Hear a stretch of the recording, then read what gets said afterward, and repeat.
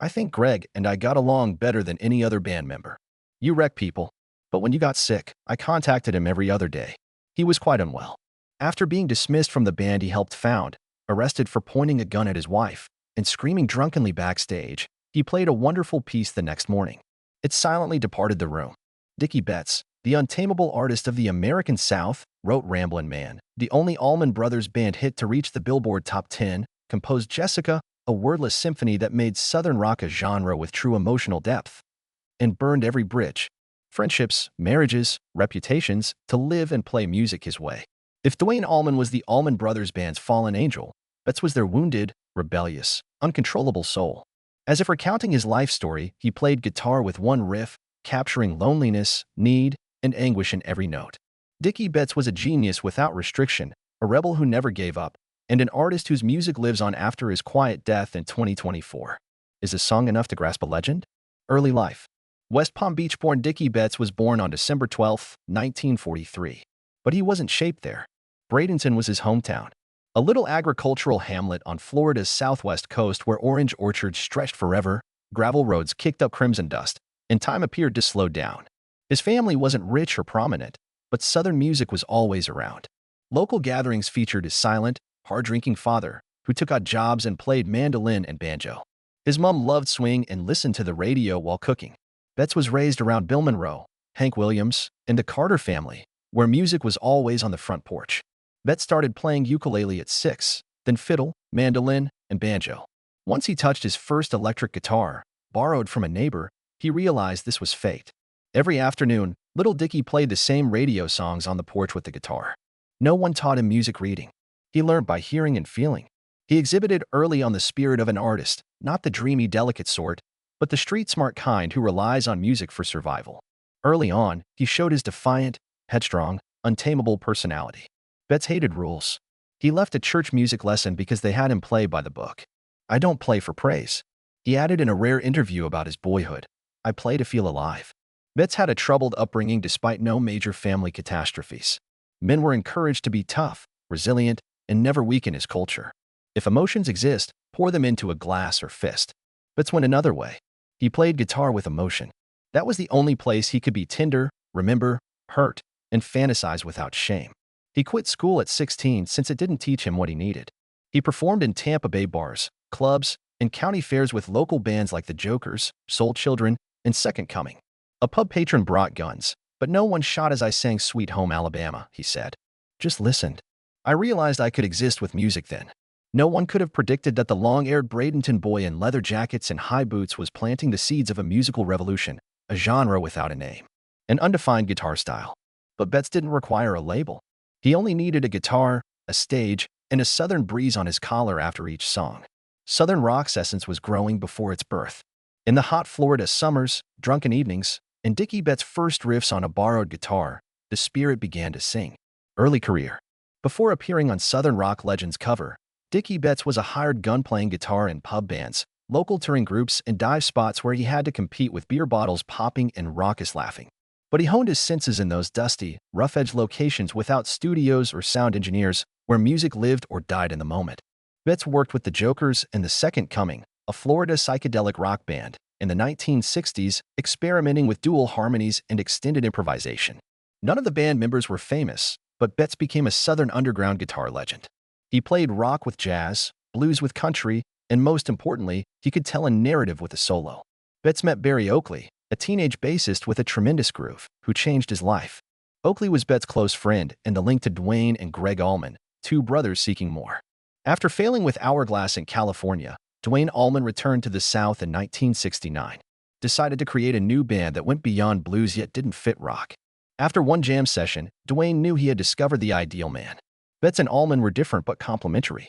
One was bold and incisive, the other quiet and profound. Their goal wasn't to surpass each other. They moved together like two sides of a spirit, melding without clashing.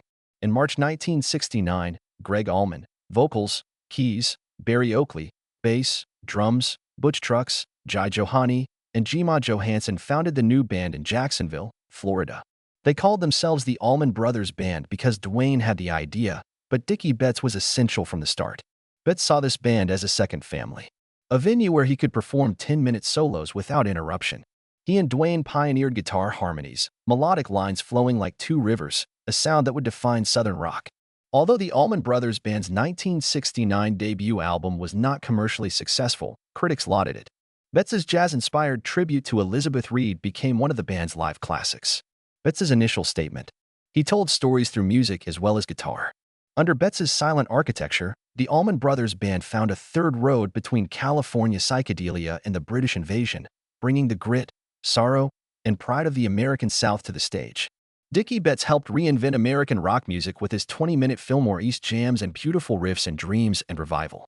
Betts was no longer a hired hand, but his career was only beginning. He joined a tale unfolding. Career success: the Allman Brothers were devastated when Duane Allman died in a motorbike accident in 1971. The band was leaderless. A musical brothers split. Although no one mentioned it, Dickey Betts was the center of attention. Nobody was prepared. Betts knew he had to act or the band would break up.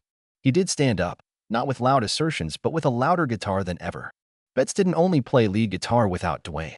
He wrote more, played longer, and sang more, taking the band from anguish to economic success. Betts created Brothers and Sisters in 1973. He composed Jessica, a 7-minute instrumental with no lyrics but plenty of emotion. Not just a song. In a guitar chat, he conveyed his longing for Duane, his joy in being a parent, and his belief in music that could survive grief. The band's first and only top 10 Billboard Hot 100 hit, Ramblin' Man, which Dickey Betts penned and sung, cemented his fame. It was the most financially successful Southern rock song ever and a remarkable pivot, introducing country rock notions that were accessible and nuanced enough to maintain artistic integrity. Allman Brothers Band ruled America's greatest venues from 1973 until 1976. Dickey Betts was the band's major lyricist, vocalist, and glue as Greg Allman struggled with heroin and law. Betts felt like the band was becoming a cage that inhibited his creativity under the Allman brand. He released his first solo album, Highway Call, in 1974. The turn was shocking. No extended jam band solos or Southern electric blues, just a simple, rootsy folk country jazz with fiddle and steel guitar. The audience saw Betts as peaceful, meandering, playing acoustic guitar on a wooden porch with a modest smile for the first time. Betts continued.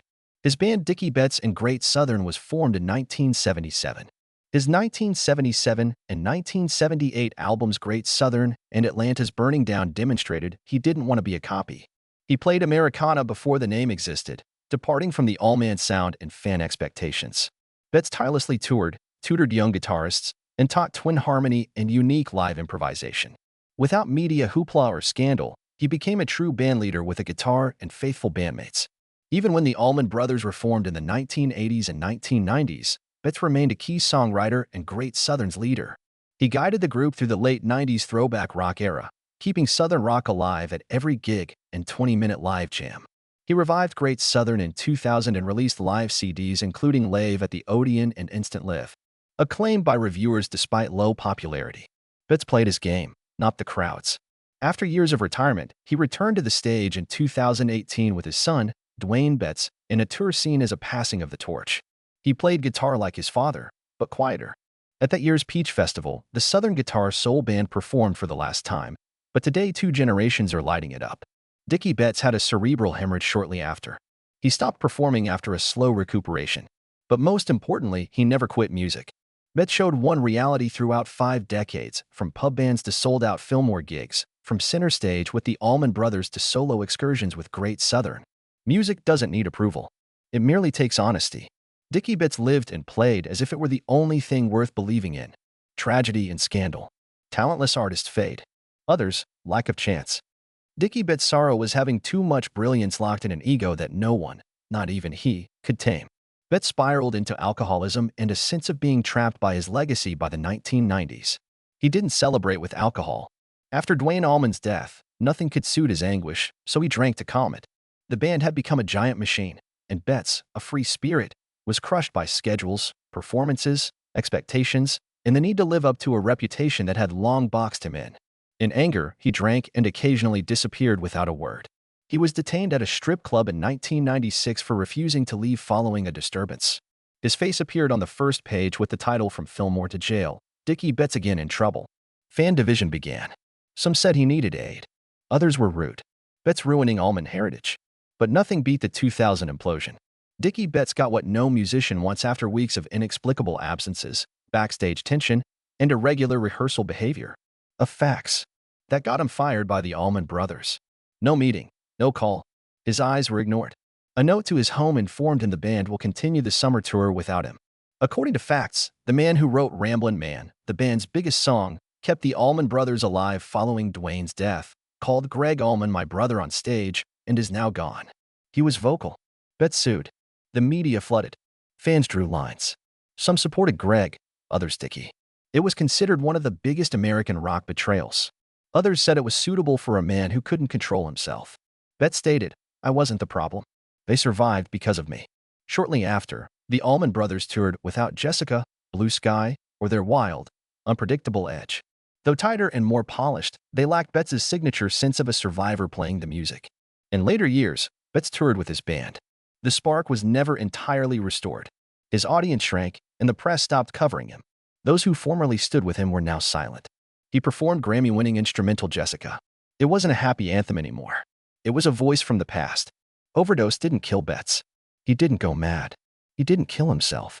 Even though he was living, playing, and singing, he became a shadow of himself in an industry that loves and discards contemporary performers. Not a single accident, bullet, or fall killed Dickey Betts. His slow, unrelenting, and agonizing tragedy confirmed that the world he helped build had moved on and left no room for him. Living with it silently, bitterly, he carried his guitar ahead. No apologizing, begging, or looking back. Personal life. As Betts got deeper into drink and drugs, their shared existence became a battlefield. The most alarming episode was Donna calling the police to their home in 1996. In the report, she said Betts pointed a gun at her head in wrath after taking heroin and cocaine. Donna declined to testify, thus the matter was never prosecuted, but it scarred his private life. Donna's 2017 arrest for pointing a rifle at a group of schoolchildren playing sports near their home rekindled the family's history of violence. Betts never left her. Unusually, they stayed together to the end, like two survivors in the same trench, even though there were no more fights. Despite failed marriages and constant strife, Betts never lost affection for his children, especially his son, Dwayne Betts, named after his soulmate, Dwayne Allman. Dickey Betts was an uncontrollable musician. He was unsustainable in love. Betts married 5 times. Each woman who entered his life seemed to follow the same cycle, drawn in by his passion and talent, mesmerized by his tender spontaneity with a guitar, and eventually worn down by his impulsivity, sudden anger, and long, cold silences after drinking binges.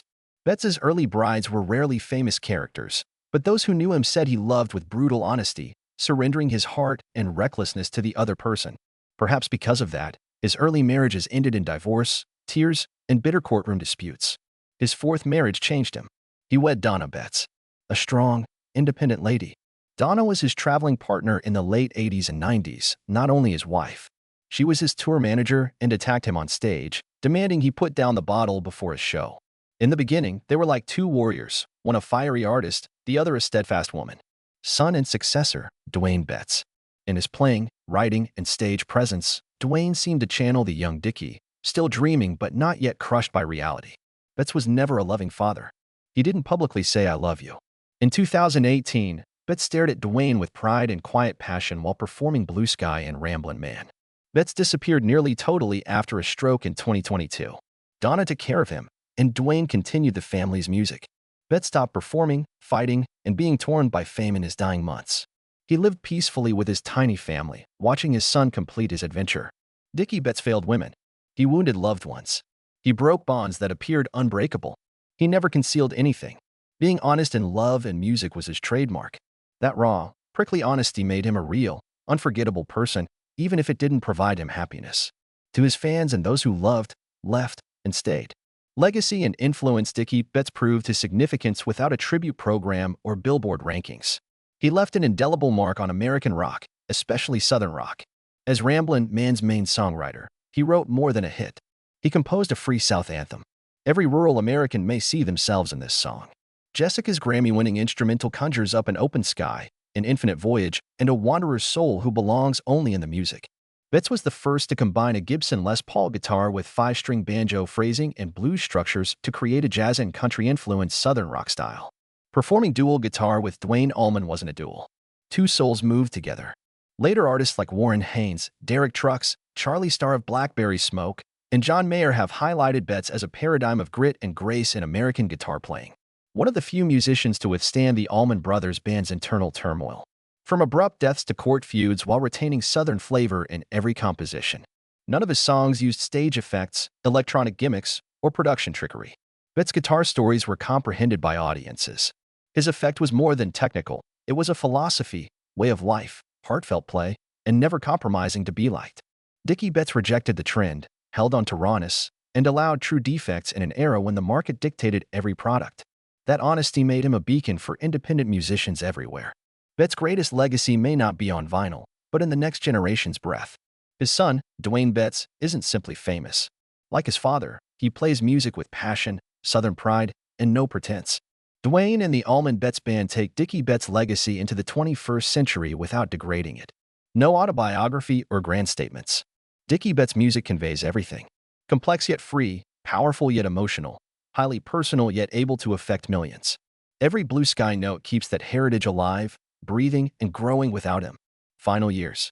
Dickey Betts never performed again after a 2018 stroke that required emergency brain surgery. He lived quietly at his bayfront home in Osprey, Florida, where waves were placed to claim and the guitar by his bedside became his last company. No longer touring or performing under stage lights, he sat peacefully on the porch for hours, looking out over the water where he used to fish in his youth. Neighbors saw him whistling old tunes, murmuring unreleased melodies, and sitting for hours without speaking, as if talking to a deceased person. Dickey Betts died on April 18th after a protracted struggle with COPD and cognitive deterioration. He died where he wanted to live, with his wife, children, grandchildren, and the constant sounds of music. His age was 80. No elaborate monument or celebrity tweets about it. For true music lovers, that was the day America lost the last honest Southern guitar voice. His legacy wasn't fame. Many artists lacked the guts to maintain musical purity. Never compromised, never sought trends, never modified his style to be liked, and never apologized for the past. He lived, created, loved, rebelled, and lamented his own way. He left like a tired wanderer, without fanfare or tribute. Dickey Betts was hard to adore. Complex and impulsive, he was easily misinterpreted in music and life. For those willing to listen, he played every note and made every decision, even if they were wrong, with calm honesty. No empire was built. He established no brand. No grand manifesto survived. But he left something else, the sound of the Southern guitar, not loud or polished, but full of passion that stopped you in your tracks. Betts lived as a man out of time. Everything else must be flawless, produced, and viral. Only with imperfections, tangles, and scars could his songs be real. Listen more carefully to Ramblin' Man or Blue Sky today. The solo hints about a man who wasn't seeking immortality, just following freedom's call. Did you listen to Dickey Betts' music at a special moment? Music is memories and emotion, so share it in the comments. The deceased's final legacy. See you in the next chapter, where every artist lives their own way and is never forgotten.